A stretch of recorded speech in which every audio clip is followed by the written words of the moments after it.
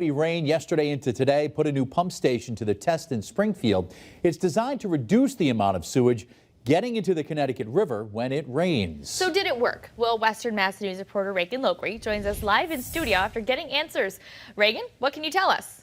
Yeah, Abby and Chris, I spoke with communications manager for the Springfield Water and Sewer Commission, Jamie Bartak. She tells me the York Street pump station has double the pumping capacity of the old 1938 pump station right next door. The York Street pump station went online in November, and since the ribbon cutting, Sunday's rain was the first big storm to put the new system to the test.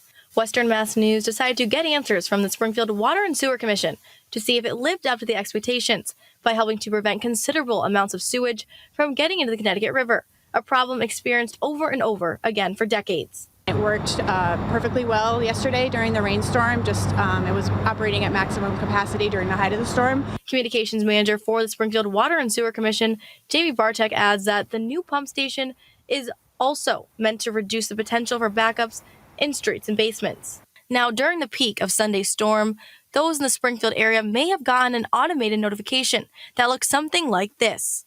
Bartak tells Western Mass News those 2 million gallons of wastewater is not an exact number, but instead based on a 3-year average.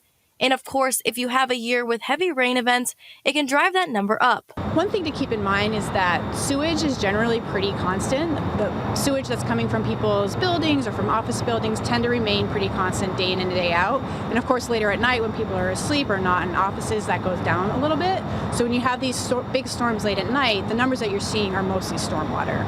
And another thing Bartek says is important to keep in mind when looking at those sewer overflow numbers. It's not just about the pump station, it's also about the intensity and the duration of a storm event and what our wastewater plant can accept within a given amount of time frame.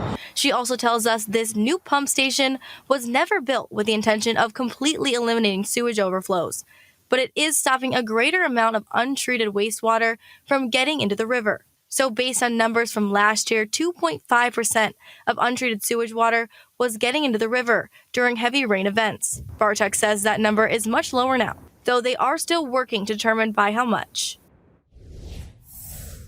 Now, Bartek also tells us now that the brand new York Street pump is up and running, they can use the old location for extra assistance during flood events. Reporting live in studio, Reagan Lokri for Western Mass News.